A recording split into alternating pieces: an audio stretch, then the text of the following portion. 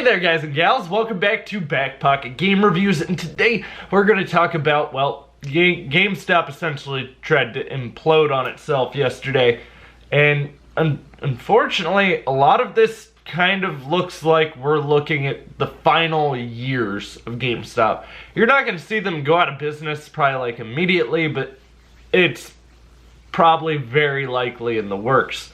So, what am I talking about, and why would GameStop be going out of business? Weren't they just looking to get bought out? Yeah, and we did talk about how they were supposedly going to announce a merger or a buyout next month, and Apollo Management Group and Sycamore were both looking to buy them, and all that happened, right? Well, yesterday, unfortunately, in probably about the middle of the day, GameStop CEO stated this. Actually, this isn't apparently directly from him, but this was their message here.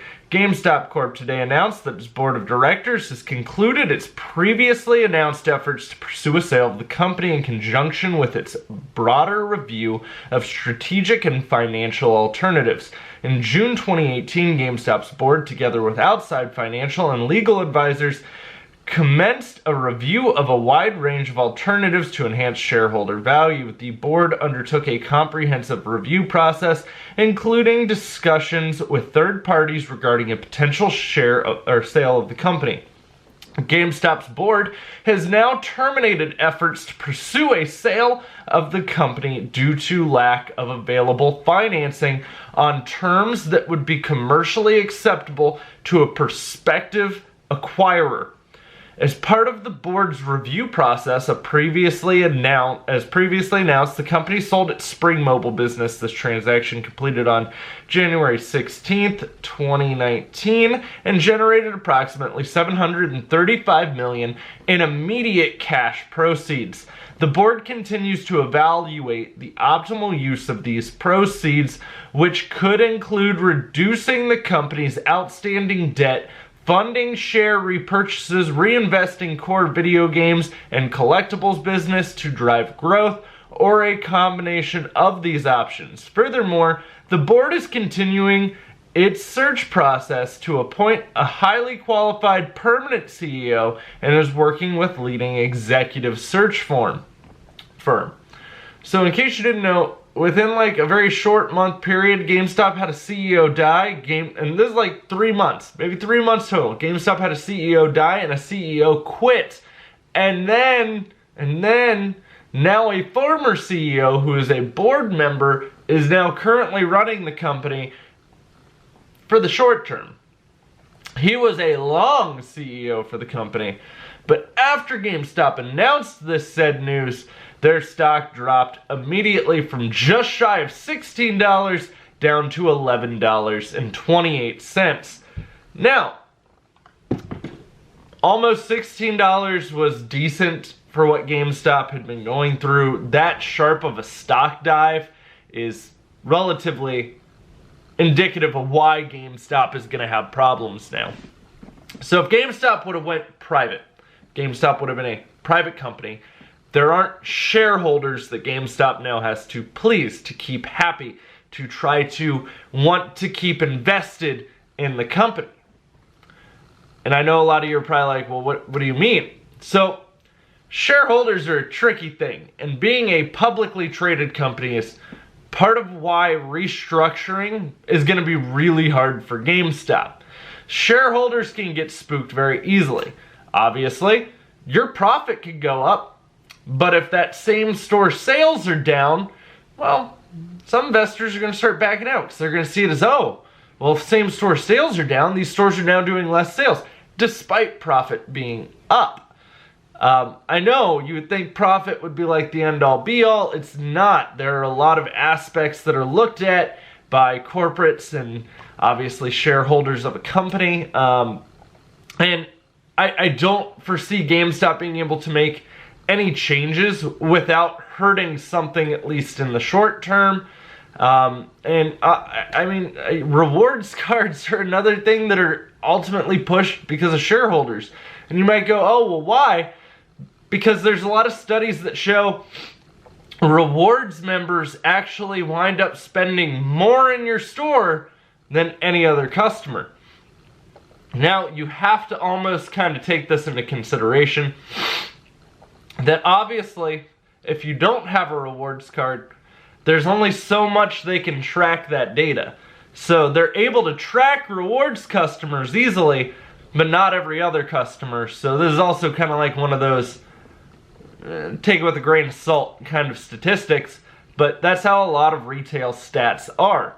And unfortunately, I don't see any way for them to be able to change everything to make it so the customer wants to come back while keeping shareholders back, whereas with a private company, they can change whatever they want.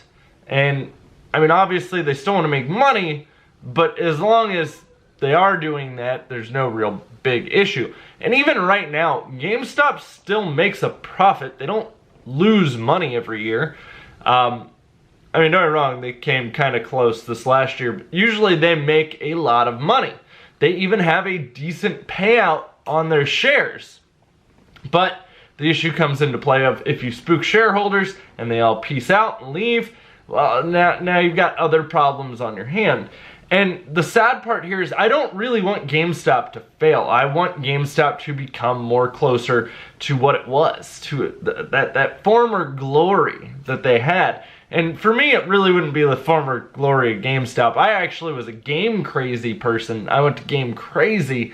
At some point, we'll cover what a Game Crazy is, because I'm sure a lot of my viewers have no idea what the hell that is. And actually, one of my previous GameStop managers, a good friend of mine, he's actually a former Game Crazy manager. So at some point I'll have him on me and talk about that. But EB Games here, which is now obviously a part of GameStop, it's been eaten by the monster. EB Games was where I used to buy all my games. I even shopped at GameStop for years going into that. I mean, shortly after they got bought out, I wound up working for GameStop. And not that that's a problem, and that doesn't really bother me. It's I enjoyed the time I was there when I didn't have a douchey manager.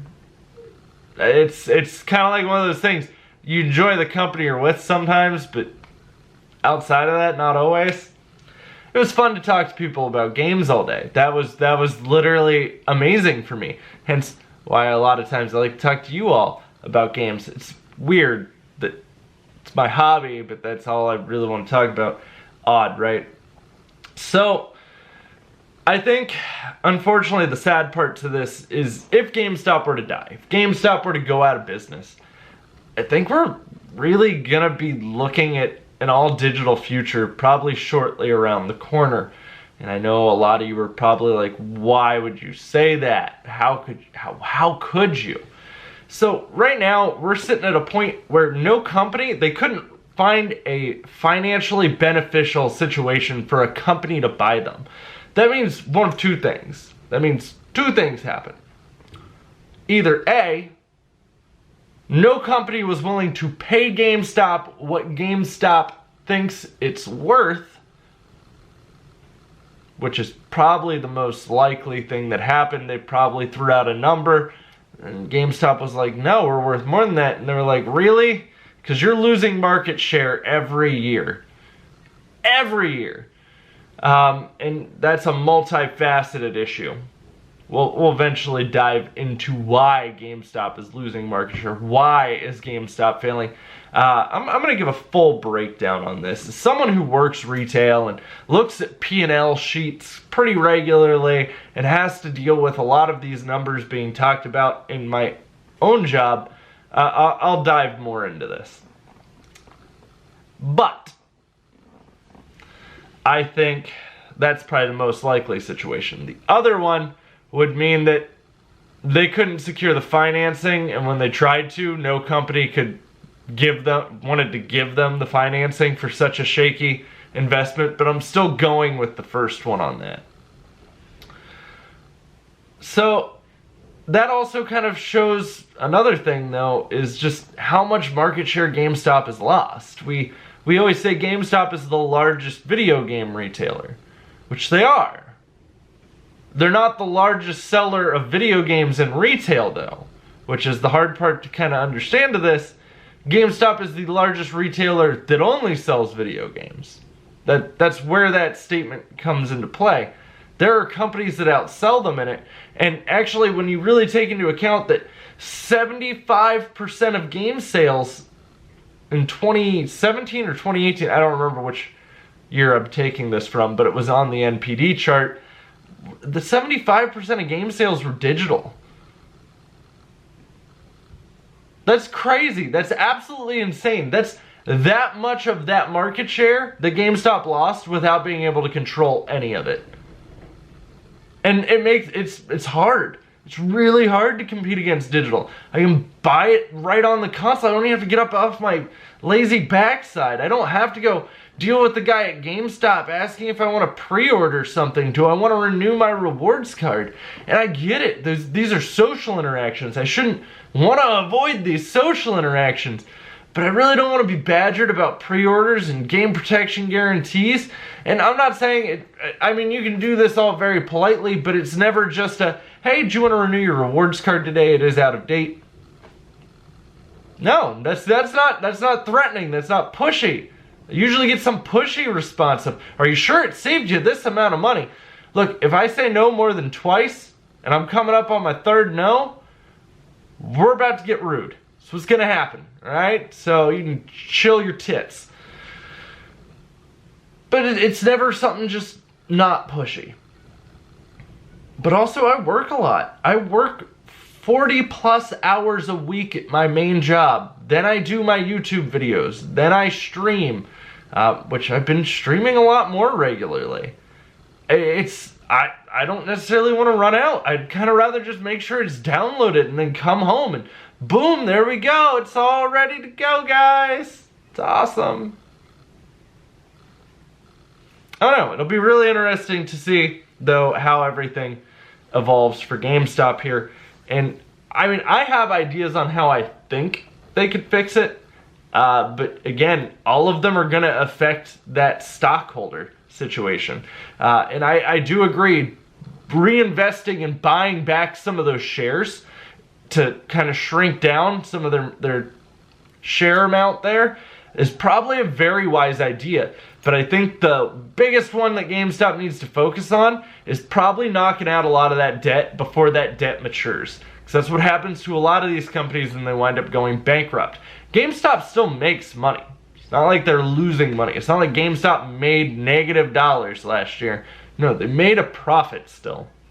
So I would take care of that debt before anything does happen with your profit margin, because if you knock out all the debt, if you were to just shrink that debt down before it matures and you owe an astronomical load more on that debt, I think that's the wisest way to go, because a lot of that's kind of what you see coming back to bite like Sears in the butt, among other things, but that's a big part of that.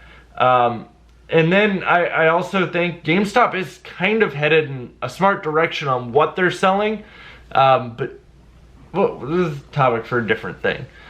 So I wish them luck. I want GameStop to survive. By all means, I would like to see them stick around. I still go in there. It's not like I don't shop at GameStop at all ever. I mainly go for collectibles. Really the big thing. Oh, I need a new amiibo. Oh, I want this Master Chief figure. It's just, I like collectibles. I mean, you can see all of them right there. That's all my Master Chief stuff. And then you've seen all my amiibos that are downstairs. I like to collect things. I'm a fanboy of video games. So, unfortunately, this all had to happen yesterday while I was at work, too. So it was like, I can't get this video up super quick. What the hell are you expecting of me here? But I feel kind of... I'm not shocked, I guess, that it didn't go through. Because I think it would be really hard to want to, as a company, like, if I owned other companies, you are looking at a company that literally all forms, everything they sell, is either something that doesn't sell well, like you look at games, Toys R Us died, KB Toys is gone. The toy-only market isn't a great business to be in, but they're not in the toy-only market. They also sell games, which they're losing huge footholds in. And I mean, most of it's to digital. For being fair, it's not Amazon that's killing GameStop. It's not any of this other stuff. 90% of GameStop's biggest issue is digital. And it's a circular issue. It is like the circle of life, but for GameStop, it's the circle of death. We'll get into why GameStop is dying, though, at another point. What all is actually choking them out. Guys, I'd love to hear about your thoughts on this down in the comments down below. Now that GameStop will no longer be getting bought out, but that also means GameStop might not be around much longer, so... if you enjoyed this video, don't forget to drop a thumbs up. If you want to follow me anywhere else, links are as always in the description box. Also, if you're new here, don't forget to click that subscribe button. You can also ding that little bell. It's kind of like a commitment thing. It says, I love you, you love me, we're a happy family. Guys, I'll see you all later with plenty more content coming for you, so stick around.